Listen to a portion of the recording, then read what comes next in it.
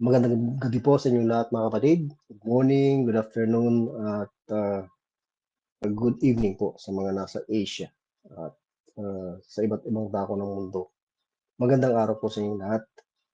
Naway nasa mabuti po kayong kalagayan sa pagkakataon ito, both spiritually and physically. At hindi po nawawala yung ating pong buhay pasasalamat at kagalakan, rejoicing in Christ or in the Lord. Ngayong gabi, ang ating pong pag-uusapan o ating theme mga kapatid ay pinamagatan ko pong giving thanks unto God in everything and for all things. Yung po bang pagpapasalamat o pagbibigay ng pasasalamat sa ating Diyos sa bawat bagay at para sa lahat ng bagay. Ang ating pong text ay matatagpuan sa isang very popular verse, 1 Thessalonians chapter 5 verse 18. Sabi po ni Paul, in everything give thanks, for this is the will of God in Christ Jesus concerning you. At basahin ko na rin po ang Ephesians 5:20, giving thanks always for all things unto God and the Father, in the name of our Lord Jesus Christ. Our great Father, kami po ay nagpapasalamat sa inyo pong kabutihan. Salamat po sa lahat ng aming pagpapala. Salamat po sa aming matibay na katayuan in Christ Jesus. Salamat po sa aming mapalad na pag-asa. Salamat po sa lahat ng bagay na aming tinatangkilik ngayon na pinagkaloob mo in Christ. Naway matutunan po namin ma-appreciate ito, i-acknowledge at kilalanin ito upang ang buong buhay namin ay magugol, magamit sa pagpapasalamat at paglilingkod sa inyo, sa inyong kalululhati, at ikatatanyag din po ng iyong salita sa pangalan po ng Panginoon Kristo. Amen.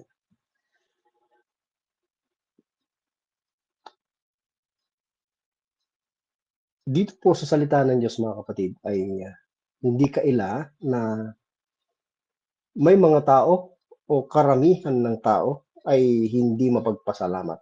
So yung salitang unthankful ay ginamit po sa Word of God. Halimbawa, sa Luke chapter 6 verse 35, sabi ng Panginoon, but love ye your enemies and do good and lend, hoping for nothing again, and your reward shall be great, and ye shall be the children of the highest, for he is kind unto the notice, unthankful, and to the evil. So ang salitang unthankful, hindi mapagpasalamat, ay kalakip na ginamit o associated sa mga katagang the evil, sa mga masama. Okay, so dito ang mga tao ang thankful ay again associated with evil, or they themselves are evil. Okay? But this verse says that ang Diyos ay kind pa rin, mabait pa rin sa kanila.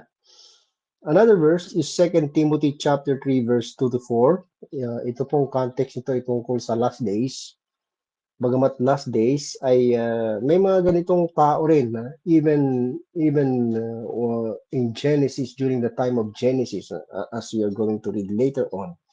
Sabi po ng verse 2 Timothy 3 verse 2 to 4, for men shall be lovers of their own selves, covetous, boasters, proud, blasphemers, disobedient to parents, unthankful. Notice po, yung salitang unthankful, hindi po mapagpasalamat.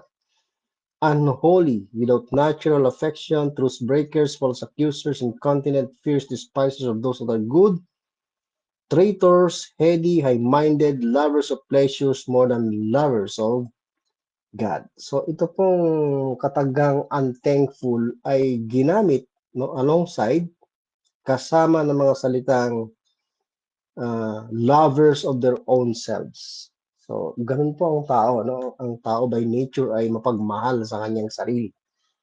Hindi na baling iba ay masagasaan o masaktan, basta't ang kanyang sarili ang kanyang pinapahalagahan.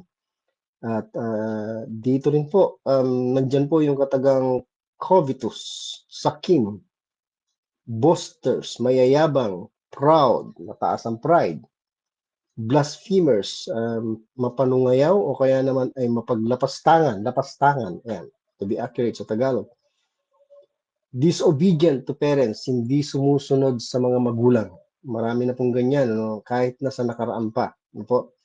Andiyan na nga po, yung salitang unthankful, then ang sumunod dyan ay unholy, hindi po banal. Okay? Without natural affection, walang katutubong pagmamahal o pag-ibig, truce breakers.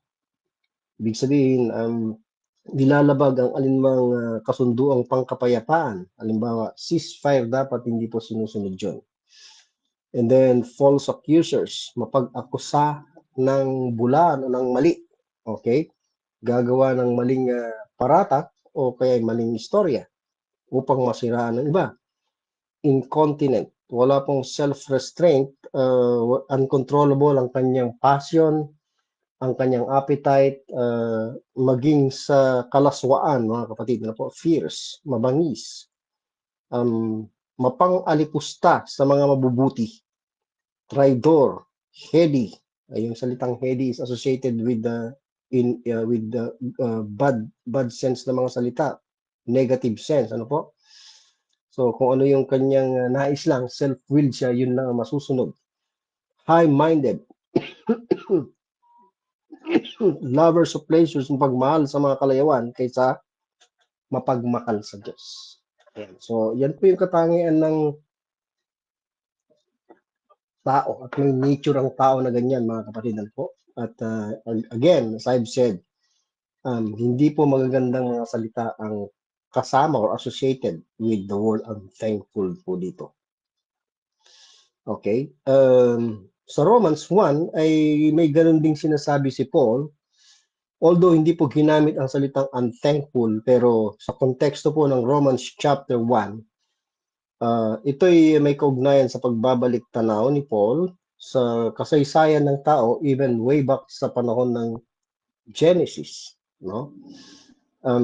Halimbawa dito po sa verse 21, because that when they knew God, they glorified Him not as God, neither were thankful. So yung neither were thankful, ibig sabihin unthankful din sila, but became vain in their imaginations and their foolish heart was darkened. So again, ang describe dito ay ang kasamaan ng tao way back even pa sa panahon ng Genesis, mga kapatid. Okay? And then, sabi ng, kung makapasin nyo sa verse 21, binanggit po dyan yung mga katagang, ang tao they glorified Him not as God. Ano ibig sabihin ng hindi siya niluwalhati, hindi niluwalhati ng Diyos ang tao na kagaya ng Diyos. Yung God dyan is, of course, uppercase, capital letter, yung tunay na Diyos. Ano ibig sabihin ng ang tao hindi niluwalhati ang Diyos na Diyos, na kagaya ng Diyos? Sa verse 20, ganito ang sinasabi, they and change the glory of the uncorruptible God into an image made like to corruptible men and to birds and four-footed beasts and creeping things. Then sa verse 25, who changed the truth of God into a lie and worship and serve the creature more than the Creator, who is blessed forever. Amen. Yan po ang ibig sabihin ng they glorified Him not as God. Pinalitan nila ang kalulatian ng Diyos sa nasisirang Diyos, kagaya ng imahe o larawan ng corruptible men. Okay? At mga ibon, mga apat ang paa ng mga hayop at gumagapang ng mga hayop. So, ang tao ay sumamba, kaya nag-worship, sa sinasabi nilang Diyos, pero hindi po yun ang totoong Diyos. Yung creature lang po yun. Sa halip ng creator ang sambahin ay creature. Yun po ang ibig sabihin, ulitin ko, ng they glorified Him not as God. So, inilagay nila sa mababang kalagayan, mababang uri, yun ay paglapastangan sa Diyos, ang tunay na Diyos. At hindi sila naging mapagpasalamat sa tunay na Diyos, na siyang naglalahad, nagtuturo ng katotohanan. Kaya dito, ang ginawa ng Diyos, give up niya sila, no? Tatlong beses God gave them up sa verse 24, verse 26 at verse 28 is God gave them over. Nandiyan po yung mga bagay na kung saan ang tao ay nasadlak sa masasamang gawain dahil sa they glorified Him not as God. Okay? at hindi naging mapagpasalamat. So yan po ang kalikasan ng tao, mga kapatid. Nakalulungkot na hindi kaila na may mga nag-aaral din po ng salita ng Diyos at maaaring sila ay mga ligtas din, member ng Body of Christ. Subalit, nakalulungkot na hindi rin kinakikitanan ang ilang mga believer, bagamat hindi naman lahat, ng pagiging mapagpasalamat sa Diyos. At kung mayroon mang dahilan kung sila ay nagpapasalamat, ito po, meron pong mga nilista po ako dito, maaaring may higit pa sa mga bagay na dahilan kung bakit nagpapasalamat ang tao. Halimbawa, ano po ba ang dahilan kung bakit mapagpasalamat ang karamihan ng tao, maging ng mga believers? Number one is, nagpapasalamat tayo madalas, ano? O ang karamihan sa tao dahil sa material prosperity na tinatawag. Dahil sa material blessings or riches. Dahil tumatangkilik sila ng karangyaan sa buhay. Halimbawa, may magagandang bahay, magagandang sasakyan, maraming impok sa bangko, and so forth. Material prosperity. Okay? So, karamihan sa mga nakaririwasa o mayayaman ay nagpapasalamat sa Diyos. Sinasabi nilang ang Diyos ang nagpayaman sa kanila. Yan po yung kadalasan nating narinig at nakikita.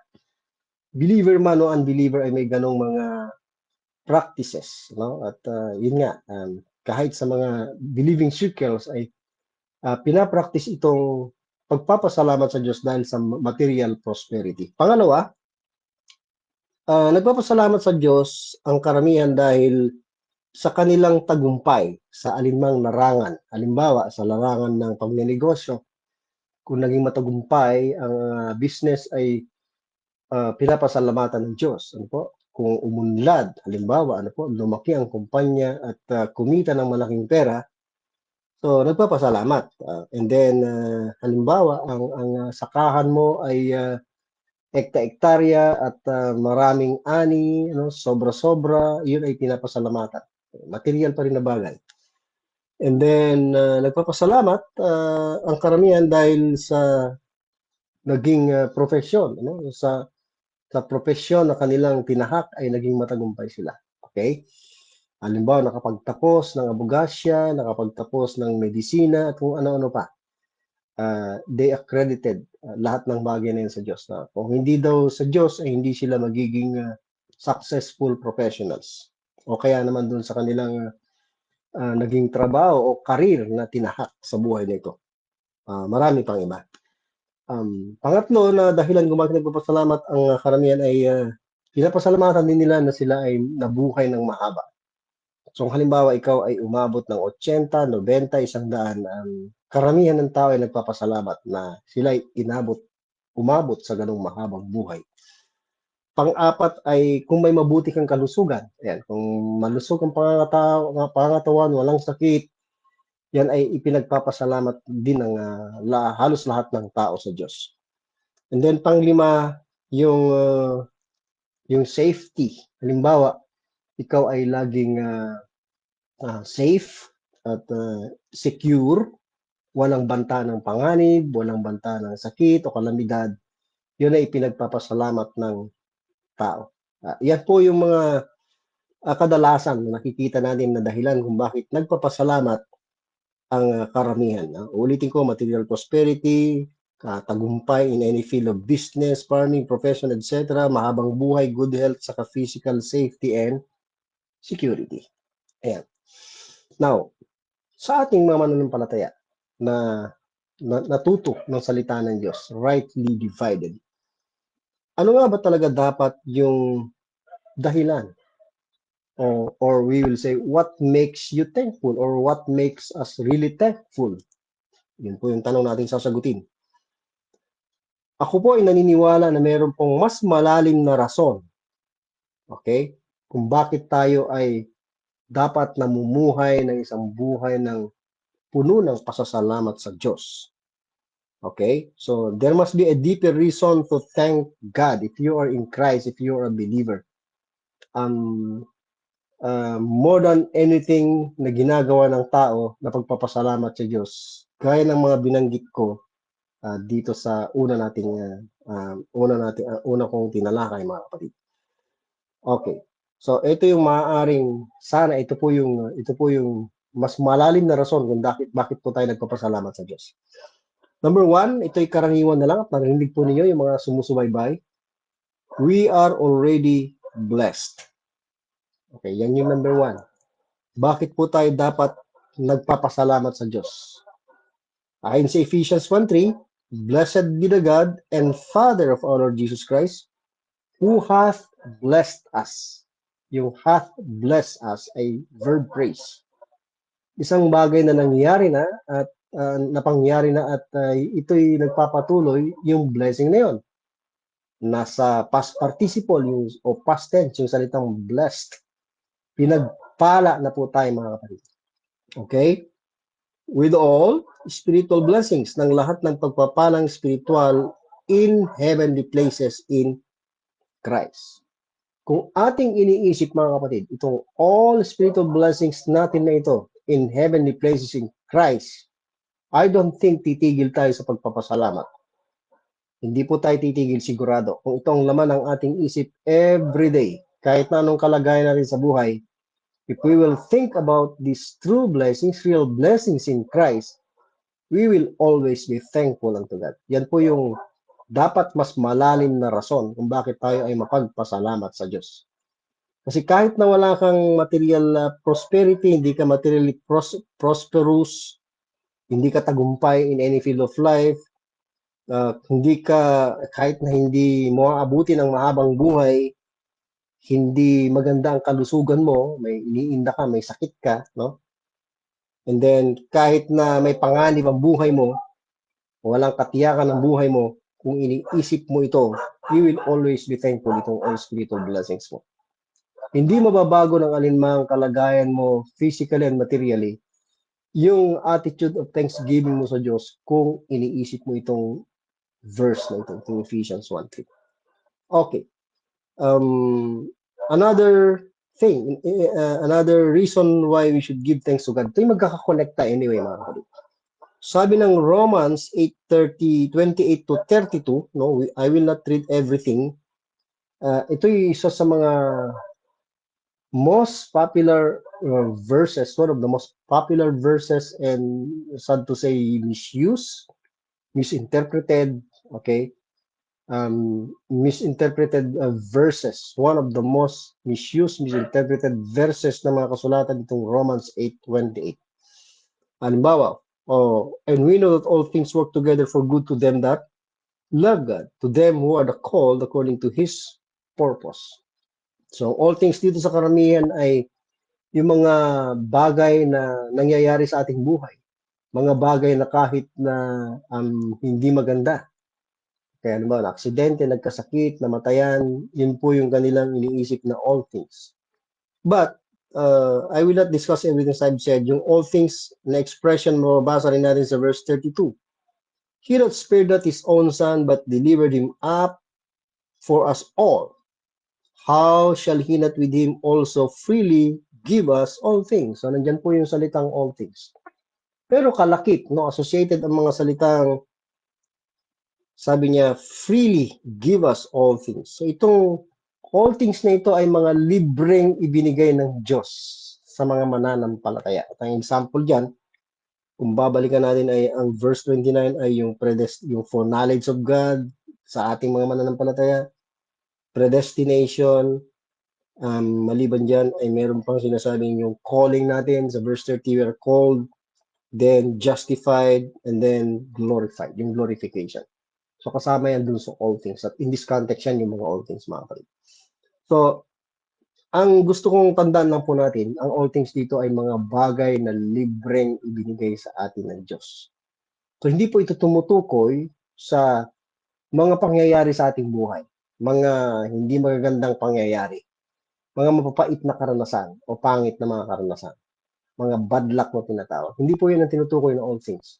Okay, o aksidente o kasawiang palad, kundi mabubuting bagay o mga bagay na libre ulitin ko na ibinigay ng Diyos. Okay? Another verse is 1 Corinthians chapter 2, verse 12. Now we have received. Okay, tinanggap na po natin to. Not the spirit of the world, but the spirit which is of God, that we might know the things, notice, upang malaman natin dahil meron tayong spirit which is of God, okay, ay malalaman natin sa pamamagitan ng spirit na nanggaling sa Diyos nating tinanggap. Ano po? We might know the things, malalaman natin ang mga bagay, plural, na ano yun? That are freely given to us of God. Mga bagay na libreng ibinigay sa atin ng Diyos. So again, ang mga bagay na ito ay hindi po mga material na bagay, kundi mga spiritual na bagay. Sa susunod na verse, halimbawa, which things, okay, nandiyan pa rin yung things, also we speak not in the words which men's wisdom teacheth. Hindi po itinuturo ng karunungan ng tao ito. But which the Holy Ghost teacheth, so saan po galing yan? Word of God po yan. Comparing, notice, kinukumpara ang mga spiritual na bagay with spiritual. So spiritual things po ito. It refers to the Word of God containing the promises of God, particularly to us, members of the body of Christ in this present dispensation, tungkol sa ating spiritual blessings in Christ. Okay. So if we are going to think that God has really given us all things in Christ, yung salvation natin, yung ating forgiveness of sins, yung eternal life natin, yung justification natin, and many, many things. Ano po? Yan po yung mga bagay na dapat nating iniisip every day. All those things are freely given to us of God. All those things are working together for good. Kahit na sa pangit na kanalasan. Kahit na sa pinaka critical na kondisyon o kalagayan mo sa buhay. Kung yun ang iniisip mo, they will strengthen you, they will strengthen us. They work together for our good. Yung ating behavior or godly character mapananatili. Alam natin na kung tayo nakasusunod, nakapamumuhay ayon sa ating kalagayan, ayon sa ating blessing, in godliness in Christ, ay very rewarding yan. So they really work together for our good. Okay? Now, let's continue. Dito po sa Ephesians, ginamit din po ang mga katagang all things. Okay? Halimbawa, sa Ephesians 5:20, giving thanks always for all things unto God and the Father in the name of our Lord Jesus Christ. Now, dito sa book of Ephesians, kung ating hahanapin yung mga expression na all things, kung saan ginamit, makikita natin halimbawa yan sa Ephesians 1:10 to 11. That in the dispensation of the fullness of times he might gather together in one all things. Pansin po ninyo all things? All things in Christ, both which are in heaven and which are on earth, even in Him. So itong mga all things na ito ay in Christ, na kay Kristo, at yung mga all things na ito ay in heaven at on earth. In Him, even in Him. Okay, let's continue. Another verse ay verse 11 pa pala, no? Tuloy po natin. In whom also we have obtained an inheritance, having predestinated according to the purpose of him who worketh, notice, all things after the counsel of his own will. So ito may kaugnayan, itong all things na ito, doon sa tinatawag na counsel of God's will. May kaugnayan ng all things na ito sa mga bagay na makalangit at sa mga bagay na narito sa lupa in Christ. In Christ po yan, mga kapatid po. Tuloy po natin. Let's read more sa Ephesians. Chapter 3, chapter 1 pa rin, verse 22. Ang Panginoong Kristo ang tinutukoy. And have put all things at inilagay ang lahat ng bagay under His feet, sa ilalim ng paanan ng Panginoon. At ibinigay siya to be the head upang maging ulo over all things. Napansin po ninyo yung all things? To the church. Tayo pong kinaukulan yung church, the body of Christ ngayon. Which is His body, the fullness of Him, ang kapuspusan niya ng ating Panginoong Kristo na pupuno, that filleth, pupuno sa lahat, all in all, no? Sa English, no? Mahirap po yung Tagalog. that filleth all in all. Pupuno sa lahat in all, sabi niya. Okay? So again, dito may kaugnayan ang pag-akyat ng Panginoon sa langit na tayong kinaukulan members ng body of Christ. So ito po yung all things in this context in heavenly places. Dahil doon po umakyat ang Panginoon ayon sa verse 20. Yung siya mabuhay mula sa mga patay. Then let's continue. Ephesians 4, chapter 3 naman tayo, verse 9. To make all men see what is the fellowship of the mystery, which from the beginning of the world had been hidden in God, who created all things by Jesus Christ. So ano ba itong all things na nilalang sa pamamagitan ng ating Panginoong Kristo? Again, kabahagi po ito ng mystery na nireveal kay Paul. Yung God's purpose for the church, the body of Christ. Ano po? At highlighted dito po sa book of Ephesians ang heavenly places. Ephesians 1:3, sa chapter 1 verse 20, hanggang sa verse 22. At another verse, no, ay pupuntahan po natin, Ephesians 4:10. He that descended, ang Panginoon si Kristo walang tinutukoy, is the same also that ascended up. Siya yung umakyat, no? Far above, saan po siya umakyat, ang Panginoon? Malayo, no? Far above all heavens. Malayong mataas sa lahat ng mga langit. Bakit? That he might fill all things. So, remember, ang body of Christ ay ang fullness ng Panginoon, or fullness of God, you might say. Upang punuin through the church, the body of Christ, ang mga bagay, lahat ng bagay, saan? In the heavens, or in the heavenly places. So, it cannot be denied. Dito po sa context na ito, mga kapatid. Nasa Ephesians 1:2, 1:20 to 22, kung ating babalikan yon mga kapatid, ano po? Doon sa kinaroroonan ngayon ng ating Panginoong Kristo, ay sabi ng verse 21, sa heavenly places po ito, may mga, sabi niya, far above all principality.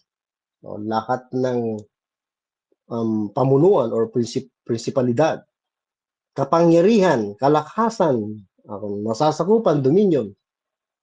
Yan po yung tinutukoy. At kung i-cross-reference po natin sa Ephesians, I should say sa Colossians 1:16, binabanggit po sa Colossians 1:16, mga kapatid, ang mga bagay na nasa langit at maging mga bagay na nasa lupa. Yan ay patungkol sa gobyerno ng Diyos na nilalang niya in the heavenly places at yung gobyerno rin na nilalang din niya at itatatag dito sa lupa.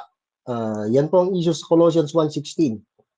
And then sa context po nito, halimbawa, basahin ko lang po. For by Him, by Christ, were all things created. Ano po yung tinutukoy dito ng all things created? That are in heaven. What is? And that are in earth. In the beginning, God created the heaven and the earth. Visible and invisible. Ano po yung mga yon? Nakikita at hindi nakikita, whether they be thrones, dominions, or principalities, or powers. All things were created by Him and for Him. So pareho po yung context ng Ephesians 1, kung saan ang Panginoon ay nakaluklok in the heavenly places. Ito po yung gobyerno ng Diyos in the heavenly places at gobyerno ng Diyos dito sa lupa. At sa ating pong pag-aaral, yung government, yung heavenly government ay to be filled, pupunuan ng body of Christ. They will reign in the heavenly places with Christ. Whereas sa kabilang dako, ang bansang Israel naman ay pinangakuan na dito maghahari sa lupa. Sila naman ang uupo sa gobyerno ng Diyos dito sa lupa. Yan ay in Christ. In heaven and in earth. Isa yan. In Christ. Pero two separate places, two spheres of government, mga kapatid. So yan po yung all things, I believe, na tinutukoy ni Paul sa Ephesians chapter 5. Giving thanks for all things. We believe na tayo po ay part ng family of God. Hindi po yung family of God sa Ephesians 3. Na kung saan yung family of God na yan ay settled or may kalalagyan po na dalawang lugar. Yung family of God, members of the body of Christ in heavenly places, at yung family of God na kung saan as one, tayo po ay kabahagi din dito sa ang bansang Israel dito naman po sa lupa. Tayo rin po yung tinatawag na household of God. Buong sambahayan ng Diyos. but in two separate places, in two different governments, heavenly government and um, earthly government, mga kapatid. So, I believe na yan po yung sinasabi ni Paul na dapat nating pasasalamatan sa Diyos. Well, tayo po, ayon sa Ephesians 2, 5, and 6, ay raised up together and made us sit together in heavenly places, mga members ng body of Christ. So, we have to be thankful to God na kahit dito sa lupang ito, wala po tayong katayuang posisyon na kagaya ng minimithi ng marami. Dahil alam naman natin na kapag ikaw ay nasa kapangyarihan, nasa posisyon, kasama na rin po dyan ang katanyagan, kasama na rin po dyan ang kayamanan. Lahat ng yan ay pinagkakaloob o pinagkaloob na ng Diyos sa atin. May access na po tayo doon at yan ay pangwalang hanggan. So we have to be thankful always for all things unto God in that context, mga kapatid. So sana nasusundan po natin yan. Okay. Let's continue. So, bakit po tayo magpapasalamat sa ating pamumuhay everyday? Ulitin ko dahil tayo ay pinagpala na. Hindi po tayo naglilingkod sa Panginoon para pagpalain, hindi. Naglilingkod po tayo dahil tayo pinagpala na. Yun po ang pagkakaiba. At niisip natin na lahat ng bagay ay libre nang ibinigay sa atin. Mga spiritual na bagay yon. Okay? Then, sabi po ng Philemon 6, that the communication of thy faith may become effectual by the acknowledging of every good thing which is in you in Christ. So, sabi ng verse, acknowledging of every good thing that is in you. Sabi ni Paul kay Philemon, bawat mabuting bagay na nasa iyo. So, nasa kanya na yung mabuting bagay na yon. At ano yung mabuting bagay na yun na kay Philemon na nasa atin ng mga member ng body of Christ? Every good thing that is in you in Christ. Na kay Kristo pa rin, mga kapatid. So yun po yung place of blessings at nandun po yung mga blessings natin in Christ. Nasa person of Christ. Dahil sa kanyang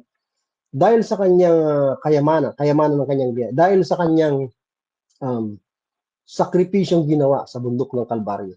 Every blessing, spiritual blessings that we need, pinagyaman tayo sa mga bagay na yan, mga kapatid. So, we have to think of those things every day ng ating buhay. Kahit na anong kalagayan natin, kahit sa pinakapangit na kalagayan ng buhay, pinaka-troublous na kalagayan ng buhay, po, yan, dapat yun ang iniisip po natin upang maging mapagpasalamat pa rin po tayo. Okay. Yan po yung mga bagay na I believe na hindi po magbabago yung ating mode of thanksgiving. Hindi po dahil iniisip natin ito yung meron ako kaya ako magpapasalamat, mga bagay na material. Hindi. Mga bagay na meron ka na absolute, perfect, no, sure in Christ. At walang makapagpapabago ng ugali mo. Hindi ka magiging unthankful kung yan ang iniisip mo. Ano man ang kalagayan mo sa buhay, kaibigan, kapatid, kamag-anak. Okay. Nang kalakip ng mapagpasalamat na ugali o mapagpasalamat na puso ay yung kagalakan. Kaya nga, sa mga sulat ni Paul, no, particularly sa Philippians, ano po, nandiyan yung mga katagang rejoice. Di po ba? Halimbawa, sa Philippians 4:4, rejoice in the Lord always. Inulit pa niya, and again, I say, rejoice. So yung ating place of rejoicing is in the Lord. In the Lord dapat yung ating rejoicing.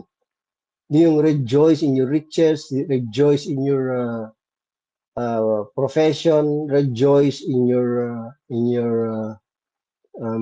safety, something like that. Yung rejoicing natin is in the Lord, in Christ, mga kapatid. Kaya dapat naintindihan mo who you are in Christ, kung sino ka, gaano ka kayaman in Christ. Okay? Rejoice in Christ or in the Lord. The same expressions of chapter 3, verse 1, finally, my brethren, rejoice in the Lord. To write the same thing to you, to me, indeed, is not grievous, but it is safe. Philippians 3:3, for we are the circumcision which worship God in the Spirit. So we worship God in the Spirit, hindi in the soul, hindi sa emotion, no? Through emotions, kundi in the Spirit. And rejoice, saan? In Christ Jesus. Dapat iniisip mo who you are in Christ. Your blessings in Christ. Everything that you have in Christ. Every good thing, all things that God has really given us in Christ. Okay? At wala po tayong confidence in the flesh. Ganyan si Paul. Yung kanyang religious advantage na may kasamang material prosperity, fame, as a Pharisee before mga kapatid, hindi po yun ang pinagagalak niya. Bilang isang tao, yan ang kinagagalak ng marami. Yung mga nasa religion na iginagalang, at alam naman natin, pag nasa religion at mataas ang tingin sa'yo, may respeto at may kasamang ano yan, fame, may kasamang riches na rin. Maraming gustong magbigay at pagpapalain ka ng material na bagay nila. Dahil yun yung iniisip ng maraming tao. Yun. But Paul never na may confidence siya in the flesh sa kanyang material advantages or physical advantages, religious advantages, yung profit niya sa religion, itinuring niyang basura lahat yun. At mas pinili niya na mag-suffer for Christ's sake. At ang kanyang kagalakan is in Christ Jesus. Sa Philippians 4:10, but I rejoice in the Lord greatly, that now at the last you care of me at Pluris again, wherein you were careful but you lack opportunity. May context po ito mga kapatid. Ito'y may kaugnayan sa pagiging generous ng mga taga-Pilipos sa kalagayan ni Paul. Dahil nasa bilangguan si Paul at this time, sila po yung naging katulong ni Paul sa pagtugon sa mga pangangailangan ni Paul. At itong mga taga-Pilipos, ginawa nila yan dahil naintindihan nila katotohanan. Naintindihan nila kung bakit nakakulong si Paul. At alam nila kung ano yung tamang motivation ng pagtulong, pagbibigay kay Paul na nagdaranas ng pangangailangan materially. Okay? At dito sa context na ito, sinasabi ni Paul na not that I desire gift, but a fruit that may abound to your account. So, yung pong fruit na yun ay fruit, bunga ng aral, sound doctrine na tinuro ni Paul sa kanila. Kaya nila ginagawa yung pagtulong, yung giving, at pagtanggap na rin ni Paul, mga kapatid, within the context of the teaching of grace. Wala pong kasamang law teaching, wala po yung tithing, something like that, na ginagamit ng karamihan upang makakolekta ng pera at makatanggap ng suporta sa mga miyembro. Nakalulungkot. Ano po? Hindi po ganyan si Paul. Ano po? Ang dispensation of grace ay wala pong teaching about tithing, mga kapatid. So grace din po ang motivation. Yung katotohanan, yung ating spiritual blessings in Christ, yun po yung nagmo-motivate sa pagbibigay, pagtulong.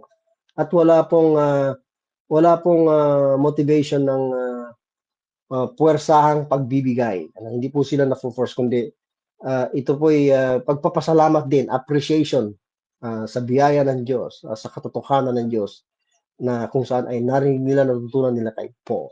Ayan mga kapatid. Okay. 1 Thessalonians sa ating text, sa verse 16 tayo magsimula. Rejoice, kagaya ng sinabi ko, yung pagpapasalamat sa Diyos ay may kalakip na rejoicing niya. Rejoice evermore. Ibig sabihin ng evermore is always, at all times. Okay? Doon naman kanina sa Philippians, rejoice in the Lord always, all the way. All the way, no? Sa buong all the way ng buhay mo sa lupang ito, no? Anumang landas ang tahakin mo, all the way down, you will just say, no? To say it, just to say it, ano po? Magre-rejoice ka kahit na hindi maganda ang karanasan mo. And then magpapasalamat ka rin at all times, ano po? Dahil nasa isip mo nga kung ano yung tinanggap mo ng blessings, it's more than everything that this life could offer. Ayan mga kapatid.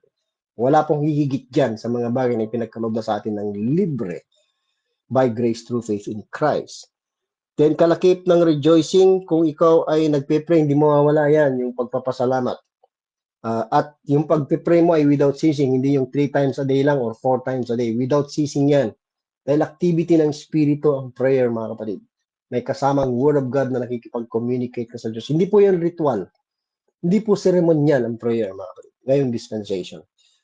Verse 18, in everything, Hindi po sinabing for everything, kundi in everything. Give thanks. In every situation in life, whether it be good or bad,